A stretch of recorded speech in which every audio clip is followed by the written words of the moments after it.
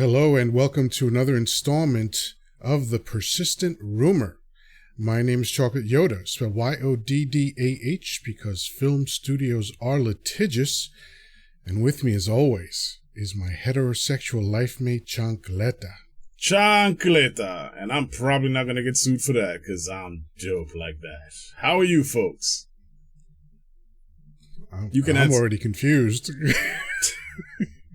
Yeah, I told you this is going to be a good one. What are you not going to get sued for? Calling myself Chancleta. Oh, yeah. Okay. No films. Yeah. Right. Films. Yeah. See that? You're too slick, man. You put one by me right away. Might need some coffee. I don't know what's happening here. I might need a nap. I might need coffee. It's very unlike you. Knows. It's all right. We'll make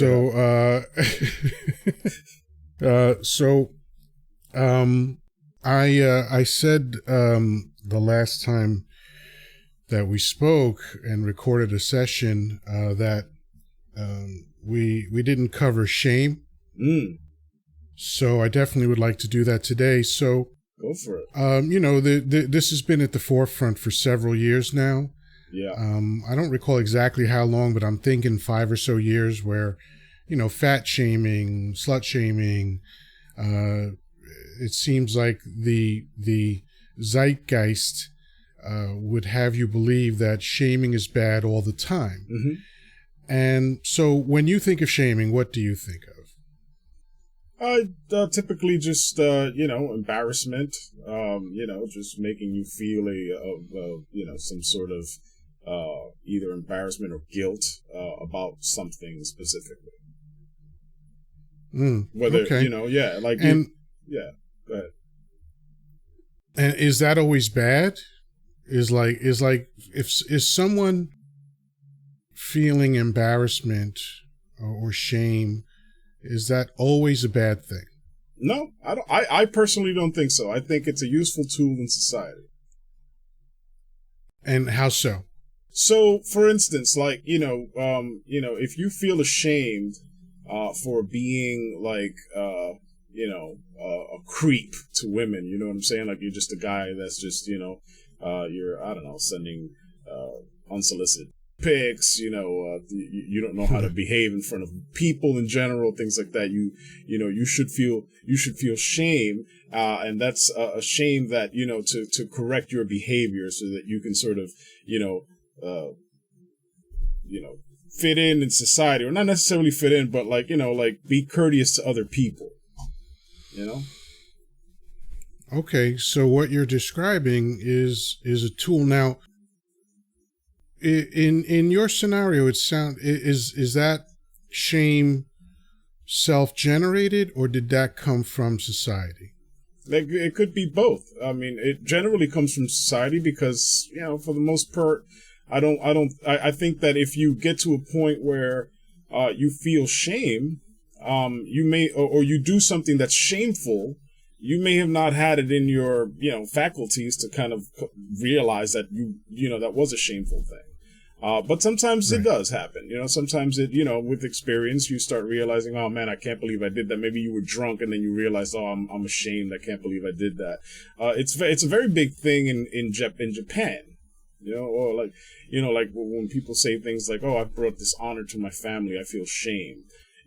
Those are things that people are ashamed of. Well, Japan might be an extreme example because they couple that shame with ritualistic suicide. Yeah. No, nobody needs that either. There's always, and that's the thing about extremism. It's like, that's too much shame, right? Like you shouldn't be, you shouldn't feel ashamed you shouldn't be, nobody should be making you feel ashamed for being fat or being, disabled. Well, I don't know if that's like that. true. Well, I mean, I don't know. And first of all, those two things are not the same things.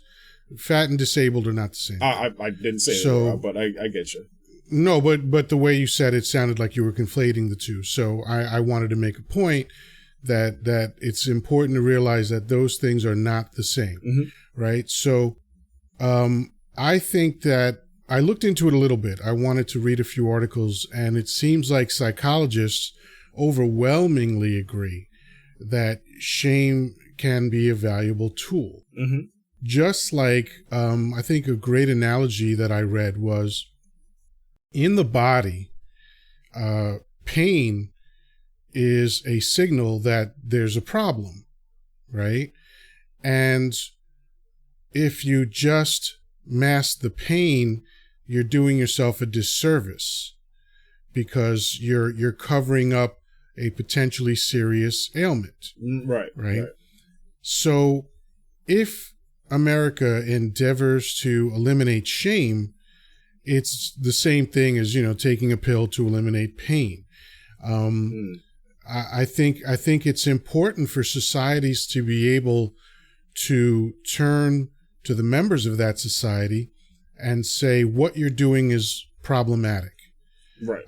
Either it's problematic to other people, or in the case of being fat, it could be problematic to yourself. Right. And there's you don't want to become abusive, obviously, and you don't want to just harm people for the sake of harming them. But why not be able to be like, hey man, I want to talk to you about your weight. You're making yourself sick. You're endangering your overall health by being this overweight. Mm-hmm. So I don't think there's anything wrong with that, and I think balance is the key. Sometimes there are women that, I don't even believe in the concept of slut. I just think there's women that enjoy sex more than other women. Mm-hmm. But if you find, if you're a friend of a woman and you see that she's hurting herself, like I knew a woman that walked into a house full of guys that she didn't know and started banging these guys. Mm. And I didn't care at all. I spoke to her at length about this. I didn't care that she had sex with multiple men. What I cared about is that she went into a situation with men that she didn't know, and she potentially placed herself in harm's way. Right. So now is that slut shaming? Some people would say it is. I say it ain't. Yeah, no, that's just concern for another human being. I say that I am using a little bit of shame to get a point across to someone to try to help them out. Okay. And I don't see anything wrong with that at all. Yeah, no, I don't at all. So I know growing up there was a lot of talk about, a lot of cousins, friends, both men and women, they would get shamed by their mom and made feel shamed about being overweight or whatever the case is. And so that starts to take its toll on people. But the thing about weight that I feel is that the weight is my issue and my issue alone. So me being fat doesn't affect you or anyone else. It may affect you. I disagree, but go ahead. It may affect you in some indirect way, but my weight otherwise doesn't really have a direct effect on you. But you disagree. So how do you disagree? Well, you threw in the caveat of direct and indirect. Okay. So yes, I agree that it is an indirect effect. If you're sick because you can't control what you put in your mouth, then that means you're not taking care of your family. Mm-hmm. If you die because of that, then that affects the people who love you. Right. So a lot of times it might even be considered selfish if I, turn to someone that I think is harming themselves because of their weight and say, hey man, I want you around longer. You need to do something about this. Right. Fair enough, but it's a way to use shame in a way to motivate people. Again, it's just like pain in the body. Yeah. Use a little bit of shame to create psychological discomfort so that someone goes, yeah, you know what? I do need to change my behavior. Yeah, right, exactly. And sometimes it's self-directed, but either way, I just don't like this thing where people are talking about shame as if it's absolutely bad all the time. Well, abusive shame, yes, but not just shame in general. See, I remember, growing up, it was just, whether it was bullying or, whatever the case was, right? Like, there was a shame that you felt about certain things. Like I felt, I said something stupid. I feel ashamed that I'm, that I wasn't smart enough for that. Like, whatever it was, right? And so these are things that sort of got me to, and I gotta do better. Whatever it is, if I remember playing football and got beat by a guy. It's like, I felt a little embarrassed that I got beat by that guy, right? So that ties into shame. Same thing. So you strive harder for the next time so that doesn't happen to you again. Shame isn't like this thing where, it's like, you have to pay some sort of dear price for it or whatever. You know what I mean? It's a guilt that you feel inside of you, right? It's a driving force. It's like, I don't want to feel that way. I don't want to be the stupid guy. I need to try harder, right? Like if you take a test in the classroom, let's say there's 30 kids, whatever it is, and you got the lowest grade in the class, right? And you know that you can do better than that. It's just like, wow, I got the lowest grade in the class. You know what I mean? And there were times in school where the teacher would post that up and be like, boom, look at that. The lowest grade in the class gets posted up. And now you're the lowest grade, and it's all of a sudden like, oh my God. And now it's considered, that's bullying. You shouldn't do that. It's like that has psychological effects. And it's like, why not use that psychological effect that you're getting to make yourself like, okay, let's pump you up, man. You know what I'm saying? Like, we don't want you to be there. I'm just letting you know that that's where you are. So I get where you're coming from. It's just that I think that what happens is that we never really use the tools the proper way. And I think that's where we have to try to find that how do we use this as a useful utility? How do we use shame? Well, I mean, saying never is, I think that's an overstatement. You gave an example of potentially a proper way to use the tool, right? True. Yes. The right. teacher puts up the tests, and we always knew who got what on tests, right? So, is that a motivating factor? Maybe some people that would be very harmful. Other people, they would react to it by saying, all right, I got to do better. I got to study harder. Let's look at the outcomes when it's handled a different way. In 1970, there was this thing that started where it was all about building up a child's self-esteem, which I'm for, but not when you do it in artificial ways, not when you do it in ways that are not genuine. Right. When you give participation trophies and no one feels the sting of losing, well, you're just raising a bunch of unambitious people. Right. Yes. Like why if there's no losing, what drives someone to strive to win? Look, we have to accept that Darwinism is a thing. Right. Right? Like, species survive partly because of ambition to survive. And so it seems to me that ambition is a very important thing. So if you identify a weak link in your society, what do? You pretend that they're not a weak link? Yeah. Or do you go, hey man, you're a weak link and we need you to get stronger? Yeah. Because the old saying, right? A chain is only as strong as its weakest link, right? Yep. And we kind of get the metaphor there. So if we apply that to the human race, it makes no sense to give participation trophies. Not at all. Because you're not incentivizing people to work hard to be better. And you're doing a disservice to both, because now here's the other side of that coin. So now the winner also goes, man, winning means nothing. Winning means shit. Right, exactly. So like, you worked hard, you did all this stuff, and you got this trophy, and you're the winner. And it's like, oh, but nobody cares because everybody got the trophy. That's whack. So now you de-incentivize the winner to keep trying harder to break new records, to do these new things, and it's just like, and so on and so forth, and it just goes down the slippery slope. And everything has a cause and effect, right? Like, this is one of those things that where you learn in even microeconomics. When you study like microeconomics, that's what they teach you, like the causal effect of all these chain reactions of all these things that you do, right? And human life is the very same way. It's just that's what it is. Like these small things, like, oh yeah, they're band-aids to solve a problem because you don't want to have another kid crying or whatever the case is. Listen, these are feelings. We need to realize that we are human beings and we have emotions. We are emotional creatures.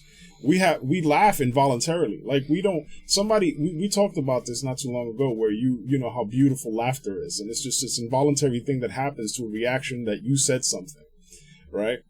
I mean, we're going off the point, but yeah. But the point is that, you know, we just have to embrace the fact that we are emotional and deal with it accordingly. Not just say, oh, well, we don't want this child crying because they feel bad or whatever. Hey, you're going to feel bad. Right. We don't want children ever feeling a negative emotion. That makes no sense. Exactly. And so you have to feel it. There's something like 1,100 different emotions. Yeah. And evolution created that. Yes. So there's a purpose for these emotions. There's a reason why the sound of a rattle from a rattlesnake is universally terrifying. Yes. Is because if our ancestors, listen to me, if our ancestors had not been afraid of that sound, we wouldn't be here right now. Right. You know, a lion's roar is universally terrifying. So there's a function to these things, and I think humanity always goes wrong when they try to eliminate a vital function. Like I'll give an example in another realm that illustrates the point.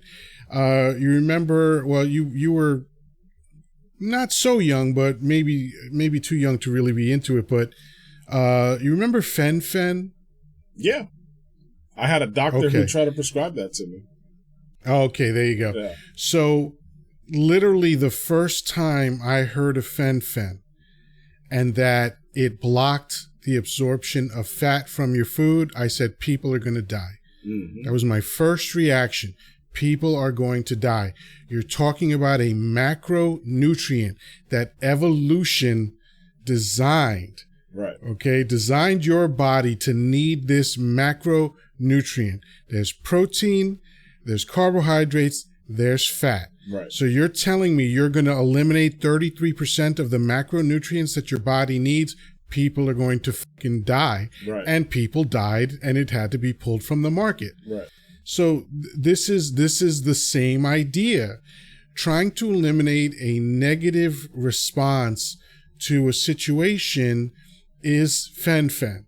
Okay? Yeah. You can't do it. We have to have these reactions so that we go, all right, I'm going to work harder next time to be better. I humans are competitive for a reason.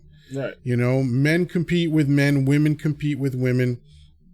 And it's all about constantly strengthening the bloodline. Right. Right. So that successive generations can be better. Right. We're 300,000 years into this shit already. Why haven't people figured it out? Yeah, no, it sounds... I'm no genius and I know this stuff. Like, what? I don't get it. Like, why is this such a big secret, you know? Yeah.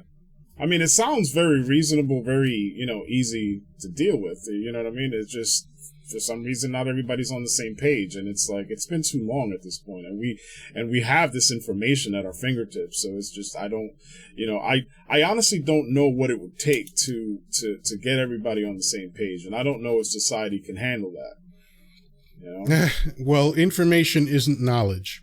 Yes, that's true. We are bombarded with information. I believe I heard something to the effect that the amount of information created on a typical day is more than all of the accumulated information that was available before the internet started. Mm-hmm. Yeah. Imagine that. Yeah. 300,000 years worth of people writing things down and having libraries and storing information, and in one day we surpass that now. I mean, I believe it. That's pretty wild. To wrap up the idea of shame, I think it is what the psychologists say. It's a tool that society can use, and even an individual can use. Like, here's a big factor of why people are so emboldened to be rude on the internet. Because I've had people talk to me online in ways that literally nobody talks to me in real life. Sure, right. When they're standing in front of me. Right. And I'm not saying that because I'm a tough guy. I'm just telling you because that's a fact. Right. You know, like people don't look at me and are like, well, fuck you, you know, like, you know, or you're an asshole, or that was dumb. Like, people just don't say that to me, right? Right. And the fact that the internet affords you a level of anonymity, I think has a lot to do with that, because when you were a child and you said something hurtful to another person, you would see their face change. Right. You would see the hurt go across their face, and maybe they cried, but you could tell that they were hurt. Right. And now if you have any level of compassion at all, you felt kind of bad. Yeah. You were like, oh man, I hurt somebody's feelings. That sucks. Yeah. Yeah. You know? And that's another example of a way that shame or guilt, I'm not a big fan of guilt, but in that instant, your guilty feelings about hurting another human being will inform you the next time you're interacting with another human being. Exactly. You know? And because, you know, it feels bad to hurt somebody if you're a functional person. If you're a sociopath, nothing feels bad. But, right. Yeah. You know, if you're just a regularly functioning person, you know, and you say something and someone gets hurt, you go, oh man, I don't like how that feels. Right. I don't want to do that to somebody else, you know? Yeah. And you become more compassionate, and you become someone that's attuned to other people. Like, these are all good things that result from your initial negative reaction to something. I mean, you know, you see people avoiding those conversations in general. Like, if you did, you know, what's a common thing that happens today is that, you know, somebody's dating and then it's not working out, and somebody's like, oh, they'll get ghosted. Right? Like, you just, I'm not returning this person's calls, and because it's awkward, it feels bad. People don't want to have this conversation when they have to tell somebody else, yeah, it's not going to work out. I'm sorry, you know. And it's you know, and lots of people don't like confrontation, you know. And the fact that so many people don't like confrontation is very telling, because here we are to bring your point up. It's like nobody comes up to you in real life and says some shit that they say online to you, right? And it's because of that very, very reason. Like, nobody's ever said anything like that to me in person, right?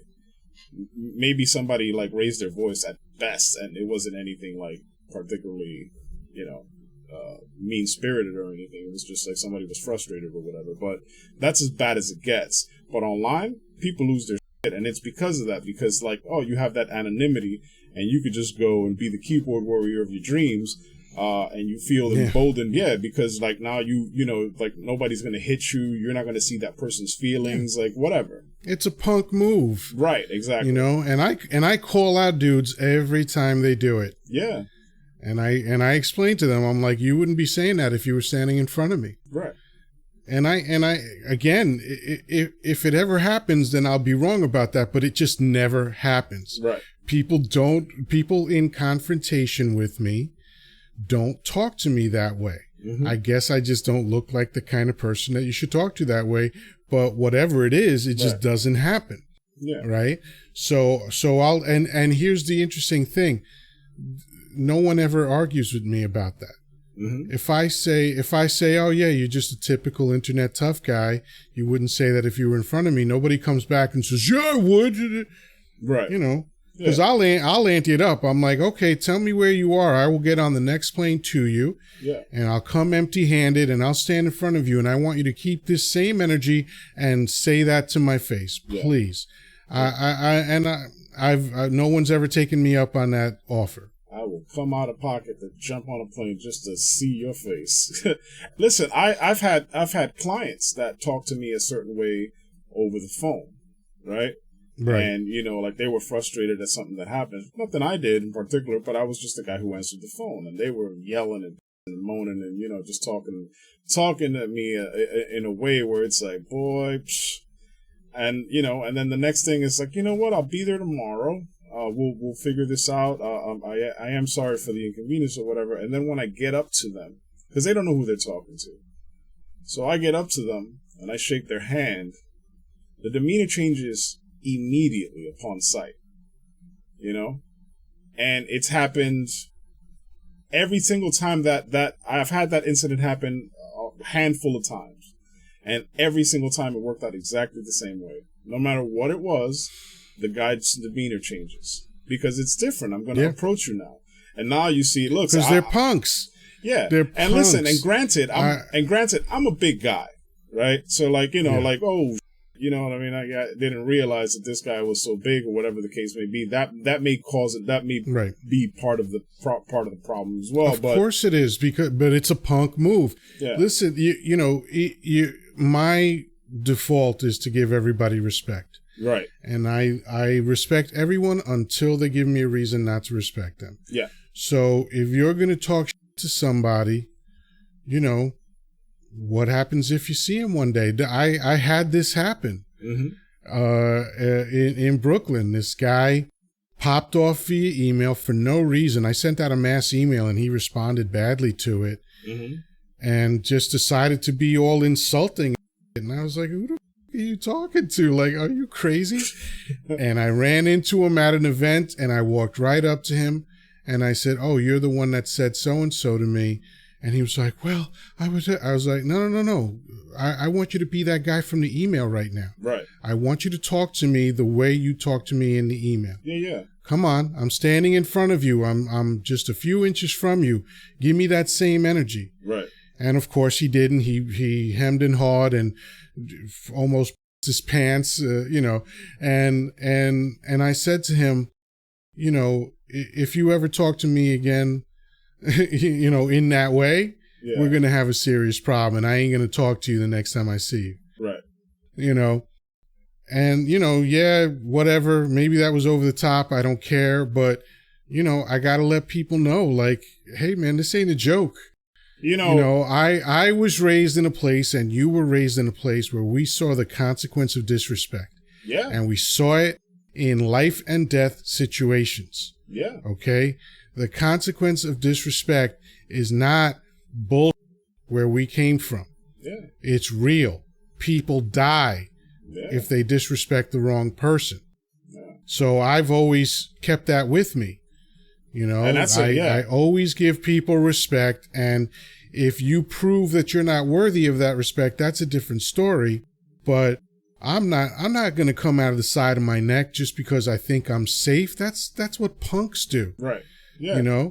Talk to me as if you were in front of me. If you're not willing to talk to me that way when you're in front of me, then shut the fuck up. Listen, and I've been guilty of like, jumping on a subject that maybe something that was like, I don't know, a public post or something like that, and I'd say something silly about it or something stupid.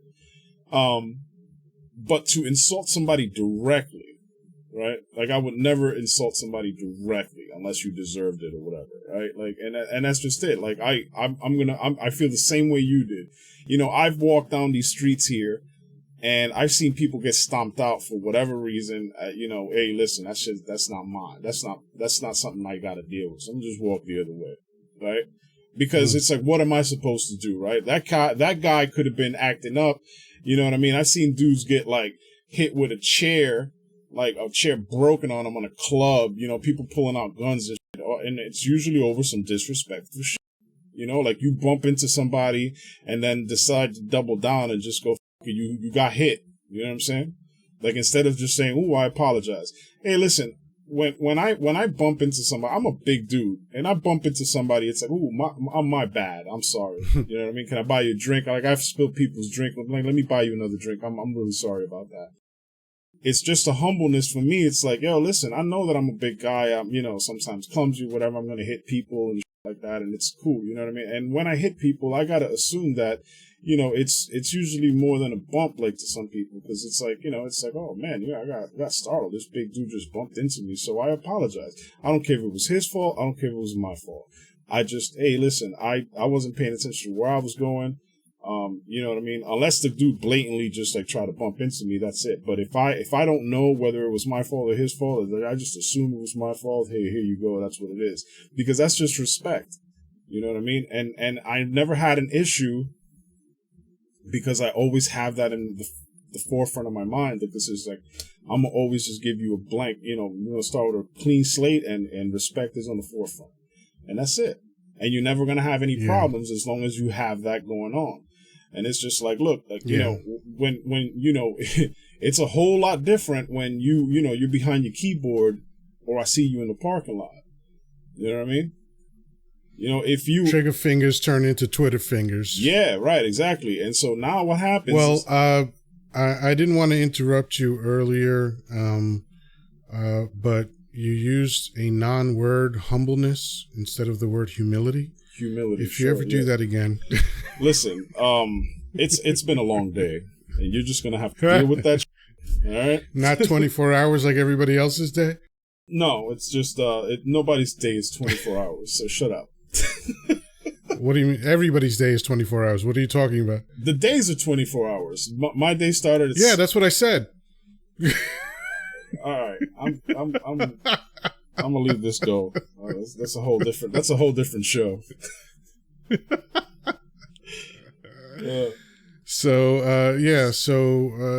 Well, I mean, we covered the subject.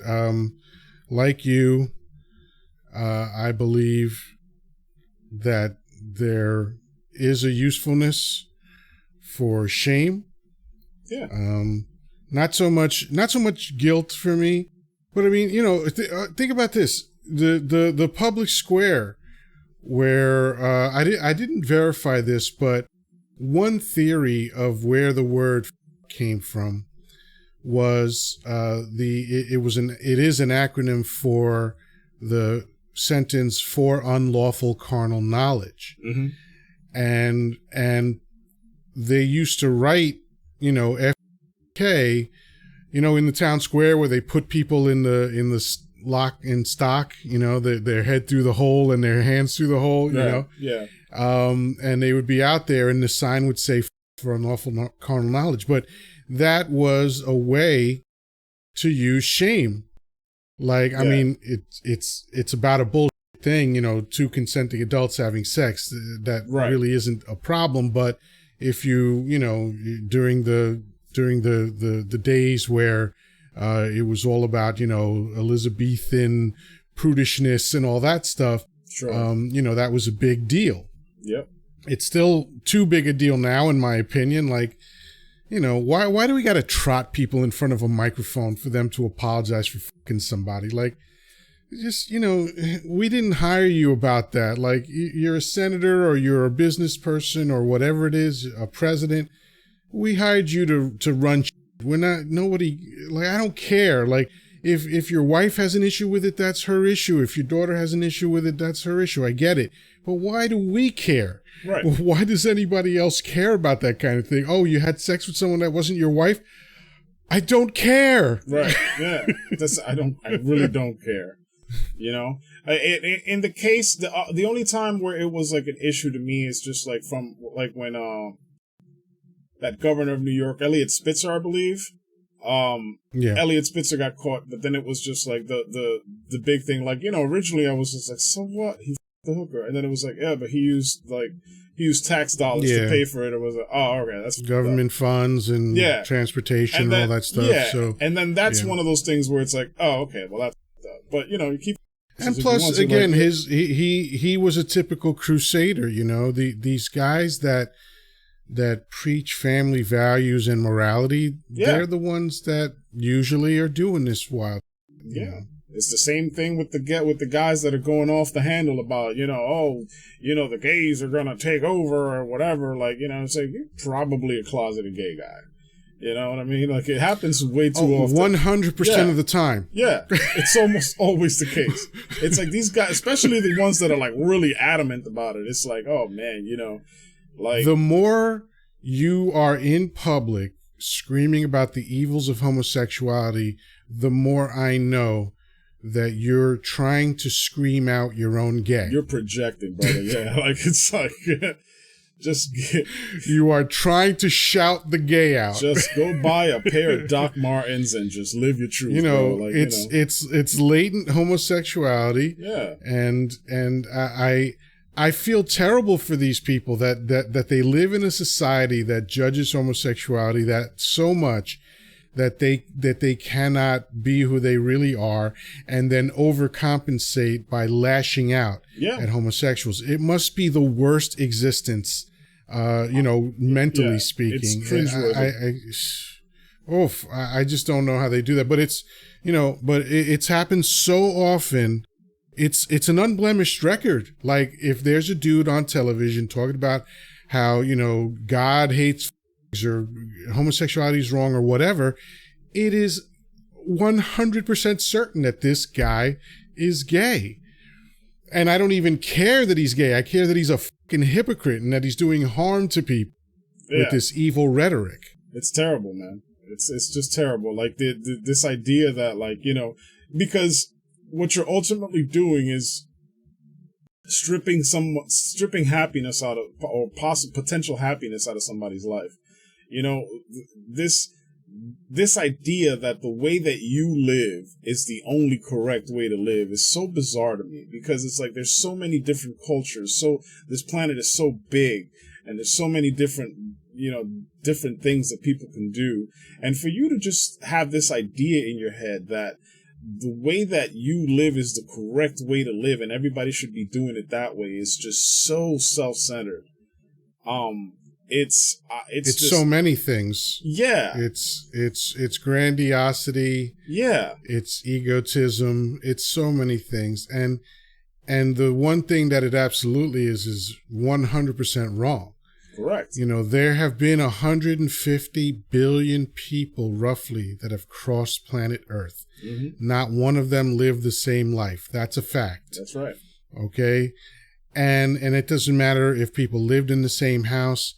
Now, that's where the concept of evil twin comes from. These are two people raised by the same people in the same place and getting the same information, and yet they turn out different, because that's the way humans are. That's right. All right? There's so much variability in human life. To think that, I know how I'm supposed to live, and I'm going to write it down on paper, and my words are now going to be codified as the key to morality and all. It's nonsense. That's part of my issue with any of these religious tomes. Right. It's like, even if I bend over backwards to give you the benefit of the doubt and say what I know is not true, but just for a mental exercise, say, when it was written, maybe it was applicable, which I know is not true, but I'm going to give it the benefit of the doubt and say, okay, so 2,000 years ago, you wrote some shit down on paper that you thought was true. But first of all, you were wrong then. If you thought it was absolutely true for everyone then, you were already wrong. But 2,000 years later, we're still dipping into that well to try to figure out how to live life. Are you fucking kidding me? Right. Yeah. It's just it makes no sense. It just makes no sense. No. And to some people it does. And that's what's so bizarre. It's like, how does that make sense to you? It's well, I haven't had the experience of having that question answered in a reasonable way ever. Right. Because I've asked that question hundreds of times. Yeah. What is this to you? Why does it make sense? Why do you think this is right? And all I get is fairy tales. So then that goes back to, this thing that we talk about where people have to reevaluate their belief system. It's like, why do you believe what you believe? Have you given that some consideration? I talked about this recently, right? Like, the number one answer to that question? What is that? It's how I was raised. It's how I was raised. Yes, that's very true. I have heard that many times.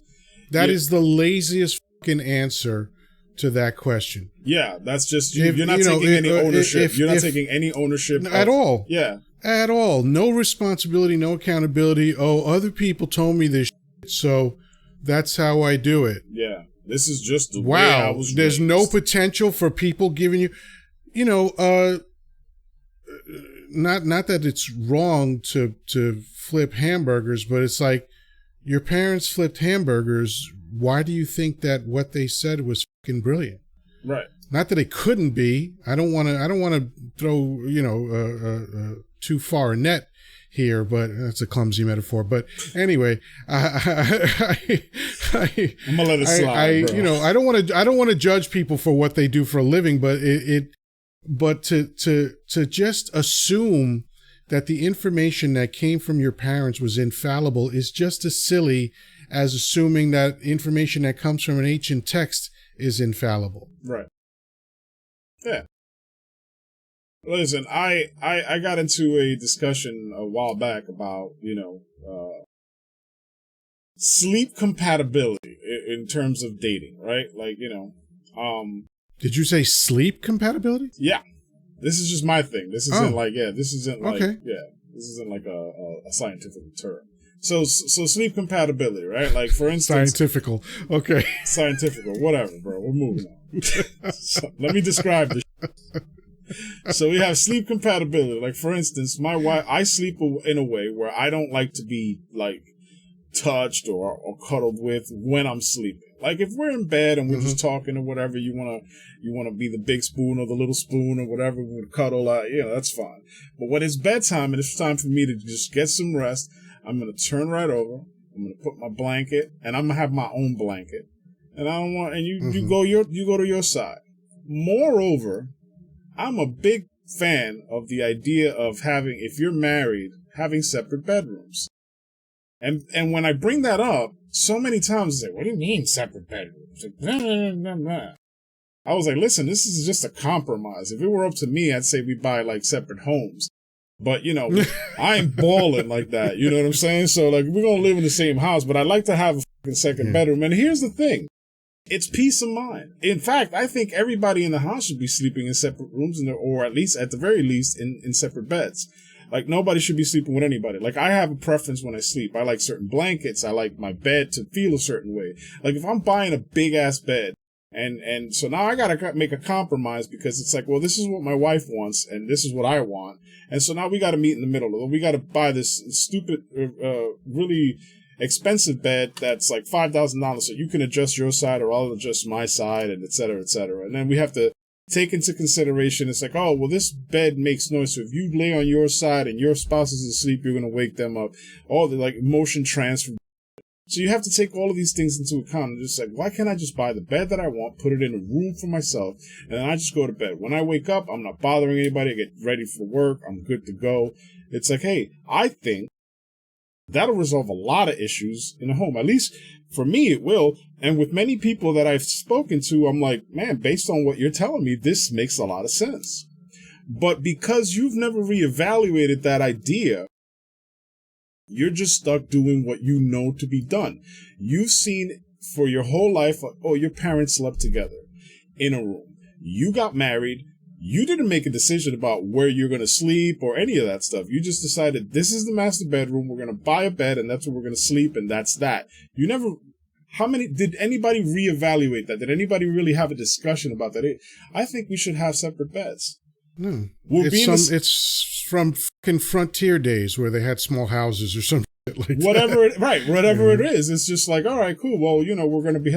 Listen, you could have an even more romantic thing. It's like, hey, like, man, you in your own bedroom, whatever, you text your girl, say, hey, why don't you come on over and spend the night, whatever. There's so many ways. I don't want to hear about your idea of romance, you freaking psycho. Sure you do. Sure you do. All right, I was lying. Yes, I definitely do. Absolutely. So, no, it's just a practical thing. Yeah. It's like I am slavish about my comfort. Yes. And I'm in the same boat as you, where whatever it takes for me to be comfortable, as long as I'm not infringing on anybody else's comfort, I'm all for it. Right.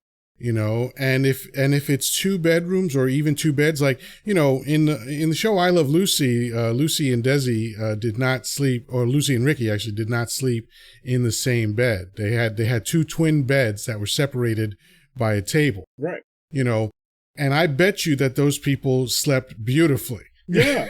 That's what I'm saying. Know? Like I am so devoted to my sleep. I sleep with earplugs in. I sleep with a mask over my eyes. I have so many pillows. I could practically make a pillow fort on my bed. I don't want to be bothered. I don't do overnights. I stopped doing overnights years ago. Women do not stay at my place, and I don't stay at anybody else's place. Mm-hmm. And I don't care who doesn't like that. I don't care what woman thinks, oh my God, it's this and that and closeness. I don't give a fuck. You're not coming over. Yeah. That's just the way it works. Like, you know, and it's like, and it's important for you to be like, you know, like real about that, you know, because I think so many people are just like, you know, you don't have that conversation again because it's awkward. I don't want to hurt somebody's feelings or whatever. No, I am uncompromising about my comfort. And man. I think you have to be like, I won't let these weird unwritten rules about polite society and awkwardness and confrontation and blah, blah, fucking blah.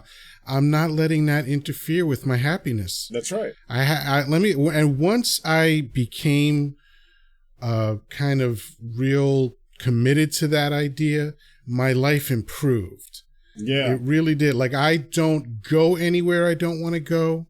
When I hear guys like, oh, sometimes you got to do stuff you don't want to do. No, you don't. Why? Who the fuck said that? Yeah. You know, you got to go places that you know, grow a. Yeah. Did your mom tell you that? Hey, do you want to go to my mother's house? That sounds like, yeah. That sounded like some guilty that your mom told you when you were 8 and that's what you ran with. Whatever. Like you can't, the idea that I cannot say I prefer not to. Yeah. That's ludicrous. Yeah. You know, and this whole thing of like, you know, because that's how I usually answer a question. I usually don't say no. I'll say I prefer not to. That's my own thing. It comes from Bartleby, the Scrivener, and it's, you know, it's a literary thing. But, you know, oh, do you want to go to my mother's house? I prefer not to. Yeah. Why? I actually just answered that. Right. I just told you that I prefer not to. So that's the answer to why. Right. You know? And I don't get into the why thing. I condition people to stop asking. When I say people, I mean women. I condition women not to ask me why about any fucking thing I say. Right. I don't owe you an explanation about any fucking thing. Right. This is what I'm doing. This is what I'm not doing. Either roll with it or don't. If you don't roll with it, get the fuck out. There's the door. You have the right to walk out of it whenever you fucking want. That's right. And that's it. Anyway, that's how we're getting into another thing altogether, but we're getting more into a chocolate chat area. Every show we do is like a fucking DJ session where we're doing mashups and shit. Like it's just this is unwritten. It's just the way it works. But no, for real, it's, you know, this whole thing about just blindly following societal rules has never worked for me, and I mean never. No. When I was 10 years old, I was the one raising my hand in Sunday religious school and going, you know, that doesn't make sense. What do you mean? Yeah. You know, like the confession, when they brought up the subject of confession, this is what got me kicked out. Because I was always asking questions, and never to be a pain in the ass, never to be a wise. I was asking because to my 10-year-old brain, what they were saying didn't compute. Right. So I would ask, what's that? Well, I don't understand. That doesn't make sense. Da, da, da. So they explain what God is and who God is to the Catholic Church. All seeing, all knowing, all powerful, all present, all that stuff. Everlasting, da, da, da, da, da. Great. Well, now let's explain confessional. You got to go downstairs into the rectory and tell some dude what you did and that you're sad about it, and then he'll give you some determined number of prayers that you have to do to make it all better. And I raised my hand and I was like, You told us that, like, God was everywhere and saw everything I did, and in some cases he planned out my whole life, so what do I got to go talk to that guy for? Right. And here's what I ultimately say. I've said it before. I'll say it again. If your belief system cannot withstand the questions of a 10-year-old, you have to seriously reconsider your belief system. Right. Exactly. Because they kicked me out. Rather than try to answer my question, they kicked me out. Because they didn't have an answer. We prefer that you do not come back anymore. You're a problem. That's what happened. You're exactly what you don't fit. And that's okay. There is no belief system that I express, that I hold, that I live, that I cannot explain. Right. I don't care who asks me. I don't care if a philosopher asks me. I don't care if an intellectual asks me. I don't care if an expert asks me. If I have a belief on anything, I will be able to explain how I formed that belief and how I use it. That's right. And I'm not claiming that all of my beliefs are rock solid and 100% correct, but I have a reason for everything that I believe. That's right. And so any belief system espoused that cannot withstand questioning is a faulty belief system, and I will run away from that and reject it summarily. Yeah. And that's the way it should be. Yeah. I like you. Thank you very much. That's nice. I'm fond of you too. I miss you most. And for the record, I'll be the little spoon. That's great. That's great. From I like, it's just logistics, you know, you know, from a logistical perspective, it makes a lot of sense. Yeah, absolutely. Yeah. I mean, it would be funnier if I was the big spoon, but you know, from a comfort level, the small, I mean, you're a giant, so it would, I hear you. It would just make perfect sense. It's like that scene in How to Train Your Dragon, where the dragon saves the kid by enveloping him in his wings. That's what I'm talking about. Yeah. And plus, like, you know, if we wanted to You are the wind beneath my cheeks. If you wanted to take a picture too, it would look much better, like, because, you know, you could see my whole face, right, and it'll probably cover yours. Who knows? Yeah. Whatever. Maybe we'll take picture spooning. We'll see how that works out. That's perfect. My heterosexual life mate. Now people know why I call you that. Yeah. We want to get that out the gate. It is to laugh. Oh, good stuff, man. So that was what was on my mind. Anything on your mind, chum, in the few minutes that we have left? I think I nailed it with that whole sleep thing, man. I am so adamant about it. It's I'm glad I got to vent that out. I love the idea. Sleep compatibility, man. That's something to factor in, you know. Oh, dude, it's like something. And yeah, I mean, and it's so easy to make a compromise. It's like at the end of the day, man, you're unconscious. You're not aware of anything. Like, do you really think it matters if we're touching or, you know, come on. You know how many times I've gotten into these discussions with women where it's like, oh, you snore loud. Do you think that when you, like, oh, maybe if you turn to your side, and it's like, would you stop waking me the fuck up? If I'm snoring, shut up. Go to another room. Like, this is what started. Either leave the room or put in earplugs. This is what it's started not my problem. It doesn't wake me up. Yeah, this is what started it. I mean, like, ultimately, I had to get it checked because of sleep apnea, but that's not the point. The point is that you're waking me up because you can't sleep. And this is the point. You know, like, there's people, you know, some people kick in their sleep, some people move a lot, whatever the case is. And it's just like, yeah, I'm not waking somebody up because you're making some sort of noise in your sleep or whatever. You don't have any control of that. You're unconscious. Why am I going to wake you up to let you know in your consciousness that your subconscious is fucking up?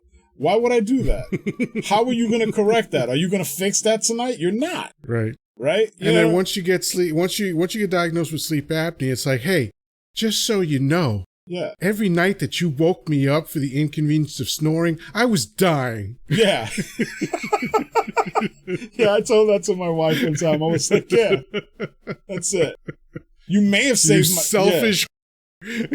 Well, actually, I couldn't say that completely because I said you could have been saving my life by waking me up, but who knows? Whatever, you know. So, So, I'll tell you how I sleep. I while you were talking, I was trying to think of a way to illustrate it. If you think of a gerbil taking a dust bath. If I think of a gerbil, what? Taking a dust bath. Okay. You don't know what that is? No. So gerbils, they get into dust and they spin around real fast. That would have been perfect if you knew what the that was. Oh, okay. Well, maybe our audience doesn't. I'm sure I'm not alone. There's a in good this. chance, but now they do. Now they do. You can look it up. You can look at gerbils taking dust baths. All right, I'm with you. Gerbils dust bath. Move along. Yeah. So the point is, I move around a lot when I sleep. Okay, so, fair enough. So I am content in the idea that I will never sleep next to another human being again. Yeah. And I'm the same way. I don't want it. I'm the same way. You know what I mean? I have I'm totally fine with just buying a king size bed all to myself. So I can roll in. Oh, that's how I live. Yeah. I sleep in a king size bed by myself, and I love it. When I go to hotels, I sleep in a king size bed, man. Yeah. I fucking love it. I love it. I'm all about it. So man. here's to comfort at any cost, as long as you're not harming another human being. That's it. Here. That's it. You know what I mean? Live your life, enjoy it, and don't worry about what anybody else is saying. It's ridiculous. But word. Utilize shame for the benefit of society. Yes. Yeah. Yes. I know. Yeah. The rising tide lifts all boats. We need the if a society is as strong as the weakest link, then we have to do our best to strengthen the weakest link. That's right. So when Kathy does something stupid, tell Kathy, hey, Kathy, that was pretty fucking stupid, Kathy. Whoever Kathy is. And this is a figurative Kathy, right? You're not talking to someone specific. Maybe. But the point is that you just tell that person, hey, Kathy, that was really fucking stupid, and you make her feel ashamed a little bit. You got to do it in a nicer way. I don't know how this works, but you get the idea. You know what I mean? Maybe talk to a therapist or something. Let's figure out. It is to laugh. Let's figure out as a society how to utilize shame in an effective manner. I think we need to meet somewhere. I like it. Yeah, that's it. All right. So with that, peace, love, and granola. This has been The Persistent Rumor. We'll talk to you soon. The Persistent Rumor.